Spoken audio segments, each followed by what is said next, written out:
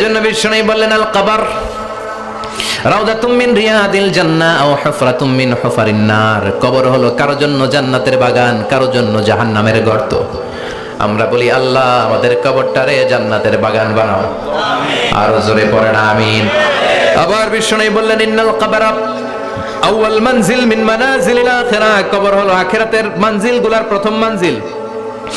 আখিরাতে একটার পর একটা অনেকগুলো স্টেশন আপনাকে পার হতে হবে। প্রথম স্টেশনটার নাম হলো কবর। প্রথম স্টেশনের নাম কি? এই কবর নামক স্টেশনে যদি আপনি মাফ পেয়ে যান, সামনের সব স্টেশনগুলোতে মাফের ব্যবস্থা করবে কে? আল্লাহ। আর কবর নামক স্টেশনে যদি ধরা খেয়ে যান, আপনার মায়ের আছে না নাই?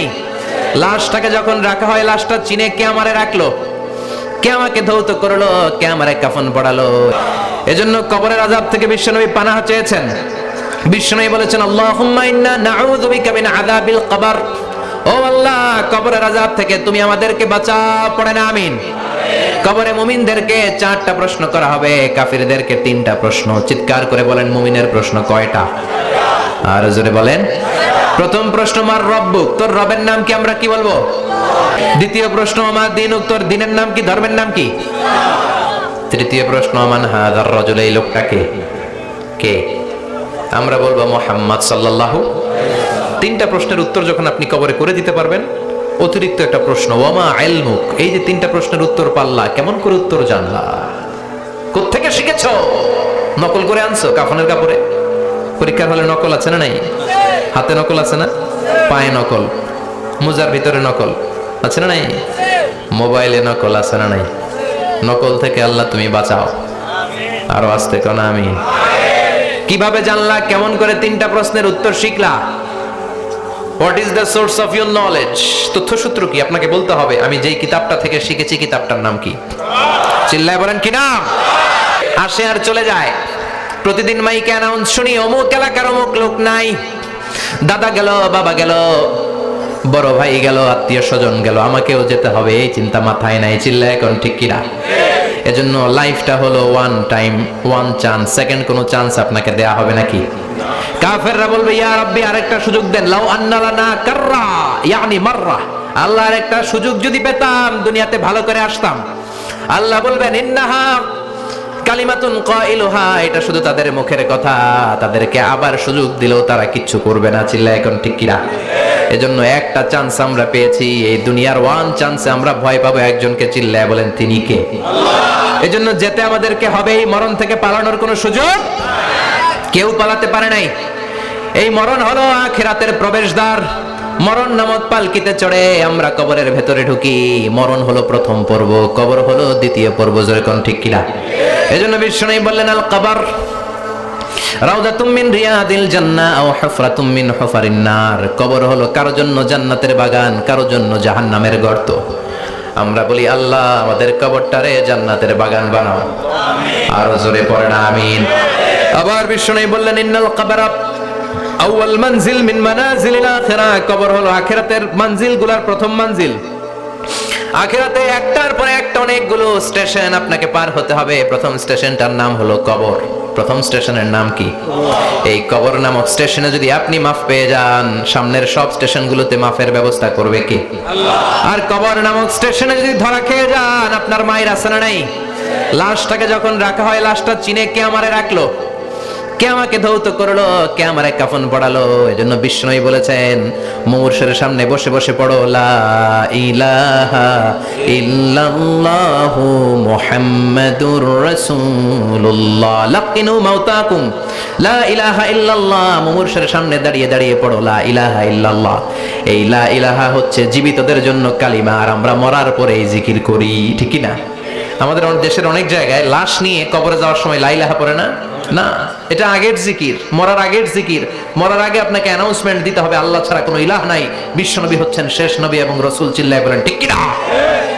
লাশটাকে যখন রেখে দেওয়া হয়, বিশ্বনবী যত মানুষকে কবরে রেখেছেন তারপরে দাঁড়িয়েছেন আর বলেছেন ইস্তাগফিরু লিআখিকুম, তোমার ভাইদের জন্য তোমরা দোয়া করো। ফাইন্নাহুল আনা ইউসাল, এখনই তাকে কবরে সওয়াল করা হবে। কবরে প্রশ্ন আছে না নাই? কথা বলেন। বিশ্বনবী খাদিজাতুল কুবরা, ওনার প্রথম স্ত্রী খাদিজাতুল কুবরা তাহেরাকে কবরের মধ্যে রেখে দিয়ে কাঁদতে শুরু করলেন। চোখের পানি ছেড়ে অনেক দোয়া করলেন। দোয়া শেষে সব সাহাবারা ঘরে ফিরে যায়, বিশ্বনবী যায় না। সাইয়েদনা আবু বকর বললেন, ও নবী চলেন ঘরে যাই। অনেক তো দোয়া করলেন, বিশ্বনবী বললেন, আবু বকর তুমি যাও, আমি যাব না। এইটা সাধারণ মহিলা না, এটা বিপদের দিনের সঙ্গিনী খাদিজা। মক্কায় যখন আমার কেউ ছিল না, খাদিজা আমারে ভুলে নাই। 3 বছর কাফিররা আমাকে জেলখানায় বন্দি রেখেছে, নাম শিয়াবে আবি তালেবের জেলখানা। আমার স্ত্রী ওই জেলখানার জীবনেও আমারে ছাড়ে নাই, আমার সাথে 3 বছর খাদিজাও জেল খেটেছে। এই একটাই মহিলা, যেই মহিলাকে আল্লাহ আরশের উপর থেকে সালাম দিয়েছে, মহিলাটার নাম খাদিজা। আল্লাহু আকবার। আমার সব সন্তান আল্লাহ খাদিজার পেট থেকে দিয়েছে। ফাতিমাতুজ জোহরা খাদিজার মেয়ে, জাইনাব খাদিজার মেয়ে, উম্মে কুলসুম খাদিজার মেয়ে, রুকাইয়া খাদিজার মেয়ে, আবুল কাসেম বিশ্বনবীর ছেলে খাদিজার ছেলে, আব্দুল্লাহ যাকে তাইয়্যিব এবং তাহের নামে আমরা চিনি, সেও খাদিজার ছেলে। সুবহানাল্লাহ। ও আবু বকর, আমার এই কলিজার টুকরা প্রিয়তমা খাদিজারে রেখে দিয়ে কেমনে বাসায় যায়? তুমি যাও, আমি দাঁড়িয়ে থাকবো। এখনই মুনকার নাকির এসে খাদিজারে প্রশ্ন করবে, আমি দেখবো খাদিজা উত্তর দিতে পারে কিনা। আর প্রশ্নের উত্তর যদি ভুল করে ফেলে, কবরের উপর থেকে আমি নিজে প্রশ্নের উত্তর দিয়ে দেব। সাইয়েদনা জিবরাইল বললেন, নবী আপনারা দাঁড়িয়ে থাকার দরকার নাই, আবু বকরের সাথে ঘরে চলে যান। আল্লাহ জানিয়ে দিয়েছে, খাদিজার কবরের প্রশ্নে যদি কোনো সমস্যা হয়, আরশের উপর থেকে খাদিজার প্রশ্নের জবাব আল্লাহ নিজে দিয়ে দিবে। এজন্য কবরের আযাব থেকে বিশ্বনবী পানাহ চেয়েছেন। বিশ্বনবী বলেছেন, আল্লাহুম্মা ইন্না নাউযু বিকা মিন আযাবিল কবর। ও আল্লাহ, কবরের আযাব থেকে তুমি আমাদেরকে বাঁচাও। পড়েন আমিন। কবরে মুমিনদেরকে 4টা প্রশ্ন করা হবে, কাফিরদেরকে 3টা প্রশ্ন। চিৎকার করে বলেন, মুমিনের প্রশ্ন কয়টা? আর জোরে বলেন। প্রথম প্রশ্ন, মার রব্বুক, তোর রবের নাম কি? আমরা কি বলবো? কিভাবে জানলা? কেমন করে 3টা প্রশ্নের উত্তর শিখলা? What is the source of your knowledge? তথ্যসূত্র কি? আপনাকে বলতে হবে, আমি যেই কিতাবটা থেকে শিখেছি কিতাবটার নাম কি? চিল্লায় বলেন, কি নাম? এই কিতাবটা হলো কোরআন। আপনাকে বলতে হবে, কোরআন থেকে আমি শিখেছি, বিশ্বনবীর হাদিস থেকে আমি শিখেছি। 4টা প্রশ্নের উত্তর যখন পারবেন, ফেরেশতারা বলবে, আহলান সাহলান, খুশ আমদেদ, কংগ্রেচুলেশন, বাহ বাহ, তুমি তো চমৎকার পেরেছো। ফায়ুফসাহু লাহু কবরুহু 70 যিরাআন, মুমিন বান্দার কবরটা 70 হাত লম্বা করে দেয়া হবে। ইফতাহু লাহু বাবুন ইলাল জান্নাহ, জান্নাতের দিকে তার কবর থেকে একটা দরজা বানিয়ে দেয়া হবে। জান্নাতের সুঘ্রাণ ঠান্ডা বাতাস এসে তার কবরের ভিতরে ঢুকতে শুরু করবে। ইউলবাসু লিবাস মিন আহলিল জান্নাত, জান্নাতীদের পোশাক তার গায়ের মধ্যে পরিয়ে দেয়া হবে। আল্লাহু আকবার। আর বলা হবে, নাম কানাউমিল আরুস, বাসর রাতে বর যেমনি কনেকে নিয়ে ঘুমিয়ে যায়, তুমিও একটা ঘুম দাও। আলহামদুলিল্লাহ পড়ে মুমিন বান্দা আনন্দের একটা ঘুম দিবে। ইসরাফিলের সিংগার আওয়াজ ছাড়া পৃথিবীর কোনো কিছুই তার এই ঘুম ভাঙতে পারবে না। আল্লাহ আমরাও যেন সেদিন কবর একটা মজার ঘুম দিতে পারি, তুমি তৌফিক দাও। জোরে পড়েন আমিন।